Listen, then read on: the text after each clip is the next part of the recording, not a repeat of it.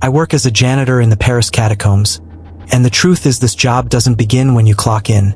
It begins the moment the city above decides it wants to forget something. Every night, long after the cafes close and the streets empty, I descend beneath Paris with a cart that squeaks too loudly and a flashlight that never shines far enough.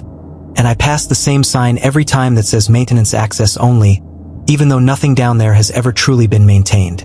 The catacombs stretch endlessly, not just in distance but in intent, and the deeper you go, the more the tunnels stop behaving like tunnels and start behaving like thoughts, looping, contradicting, returning to places you're certain you've already passed. The bones are stacked neatly at first, skulls smiling in polite rows, femurs forming walls like bricks, but past the tourist routes the order decays into something careless, something rushed, as if whoever stacked them had been interrupted.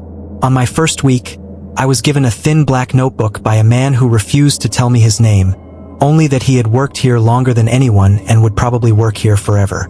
Inside were 4 rules written over and over again by different hands, each version more frantic than the last. Never answer voices calling you by name. Never follow warmth, music, or light. Never remove objects that aren't bones. Never trust another worker unless you recognize their breathing. I laughed when I read them because laughter is what you do when fear doesn't have a shape yet. That stopped the night I heard someone crying behind a wall of skulls in a language I didn't speak but somehow understood. The sound thin and desperate like a child trapped underwater.